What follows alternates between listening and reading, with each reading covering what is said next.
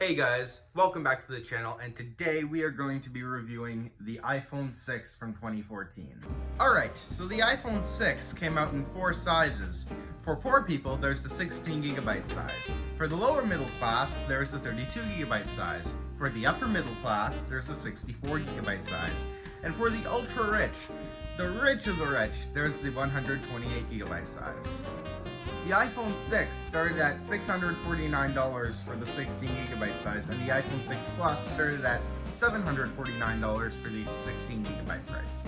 The reason the iPhone 6 exists is because people wanted a bigger screen like they saw in the Samsung Galaxy Note series and the S series at the time, which were just getting bigger and bigger. So Apple wanted to cash in on this phablet trend with phones, so they made the iPhone 6 and 6 Plus, which also made it a little susceptible to bending, but I'll talk about that in a bit. Okay, so the iPhone 6 is the thinnest iPhone Apple's ever made, and that comes with some consequences because when people started using these and putting them in their pockets, these phones would be very susceptible to bending, more than any other phone on the market, because Apple used weaker aluminum to achieve this slim figure. So after Bendgate went viral on the internet, Apple decided to put out a recall program, which people with the affected iPhones and iPhone 6s and iPhone 6 Pluses would be able to trade their phone in to get a new unit, which was basically just a refurbished unit that didn't have the bent casing and that had the exact same problem. These phones that they were getting had the exact same problem as their current model and would still be susceptible to bending. Apple didn't improve the aluminum or anything. They just gave you a replacement unit when it broke, and it would still have the exact same problems. Also, another problem that erupted from the iPhone 6 bending saga is that the iPhone 6 logic board would get a chip going off of it when it bent, which would mean you wouldn't be able to touch the screen. The touch screen would become insensitive to touch, so you wouldn't be able to use the phone. And that's why Apple put out a recall for it. Now, Apple did fix this issue with the next generation of iPhone, the iPhone 6s, but not before the iPhone 6 became a huge meme. If I'm gonna be honest, I don't really notice a bend on this phone. It sits down flat, so it looks like it's fine. Actually, no. The casing seems to be a tiny bit bent. It's not bent too badly to the point where it's developing touch disease, but it's noticeably bent a bit. I'm not gonna, you know what, maybe. I don't even care enough to unbend this phone. And it's so slight, I didn't even notice it until then. So, it's not terrible.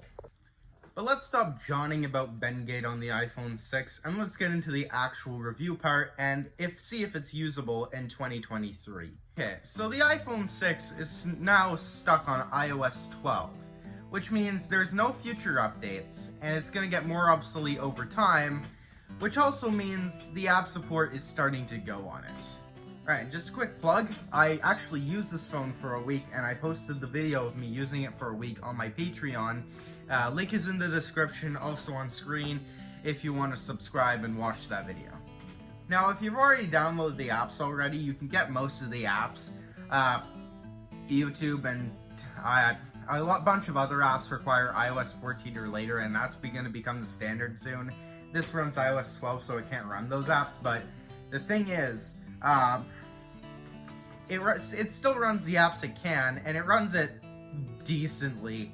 Honestly, it's actually really slow on iOS 12 with all those apps because it only has 1 GB of RAM and an A8 processor, and it ends up slowing the phone down dramatically. For YouTube and TikTok in a pinch, it's fine if you want to wait a bit.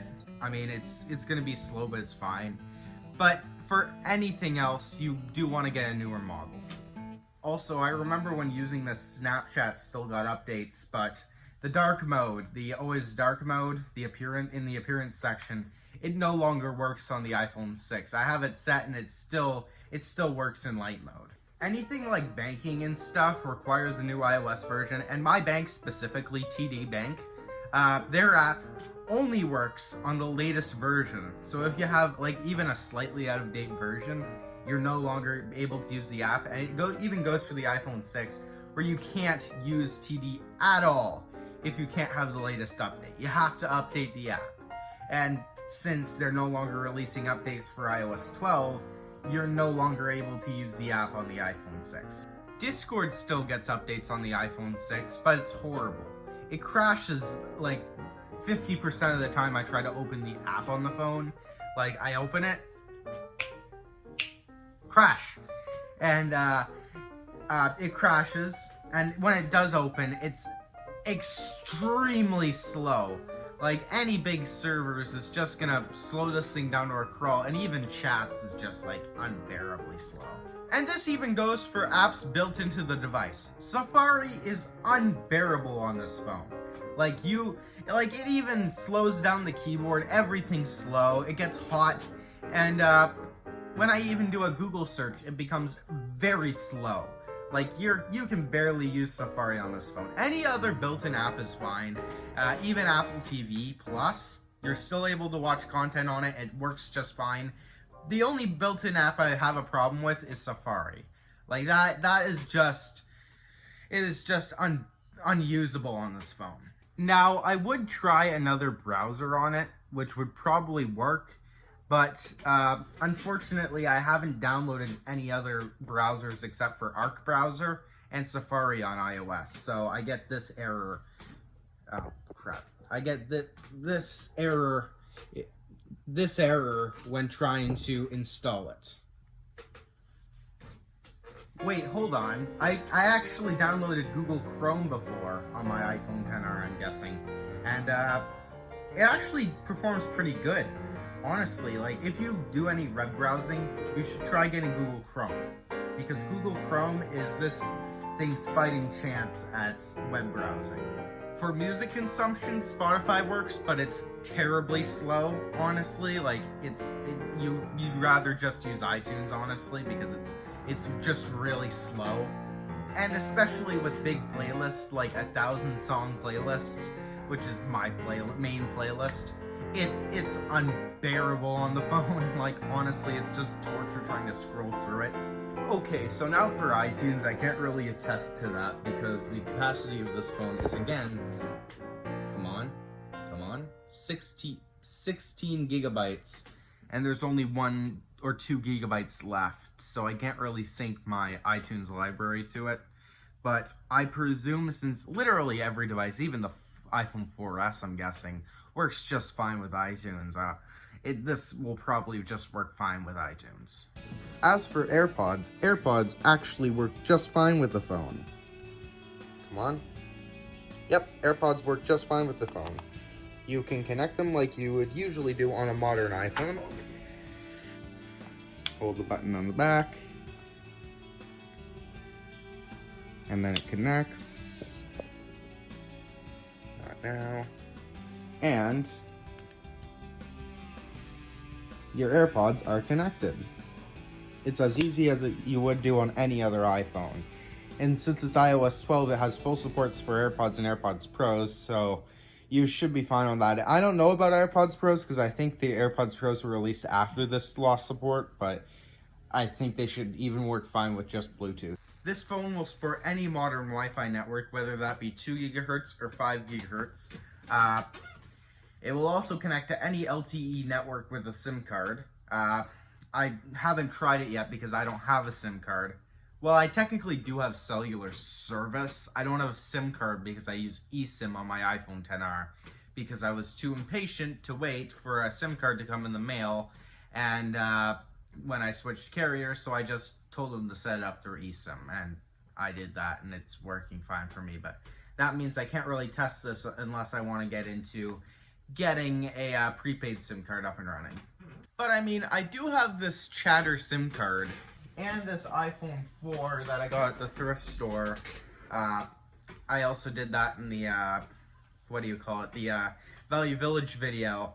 The latest one. Go watch that if you want. And keep your eye out for a video on this. And if I review it, I might just activate this SIM card and put it in the phone so I can have service on this. And any other phone that supports a regular SIM card. As for the speakers are incredibly tinny. There's only one singular blaster on the bottom. You can't use the upfront earpiece as a speaker like you do on the iPhone 7 or later, so it sounds like crap. It doesn't sound great. It sounds terrible, and I don't ever want to use this speaker again. So, in conclusion, do I recommend the iPhone 6 in 2023? No, I don't. Absolutely not. For similar prices, the iPhone 6 goes for around $30 to $50 on eBay. For that price, you can get a first generation iPhone SE, and that will be so much better than this. Honestly, like it is such an improvement having 2 gigabytes of RAM over 1, and the A9 chip in that thing is so much faster than this iPhone 6 will ever be.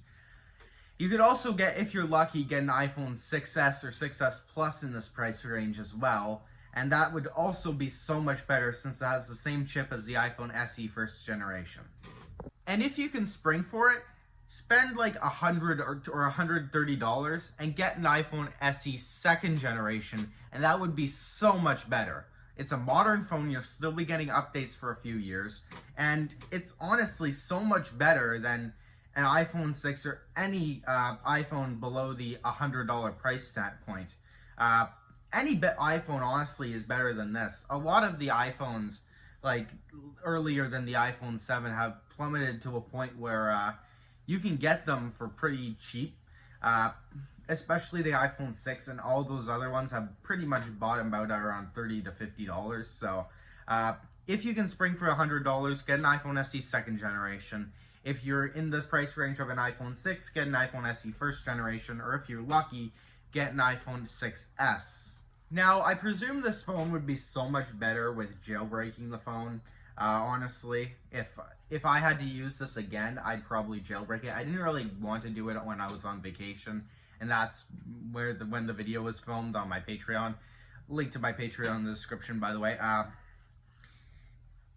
If I had to use this again, I would jailbreak it, and I will do a jailbreaking video, like, maybe in the next couple of weeks or month, or whenever I get to doing it. I want to create a couple videos on this iPhone 4, including repairing it because the back glass is cracked. But jailbreaking tutorial will soon be coming for this iPhone 6. But anyways, thanks you guys for watching. Huge thanks to my Patreons. Names are on screen. And I'll see you guys later. Bye!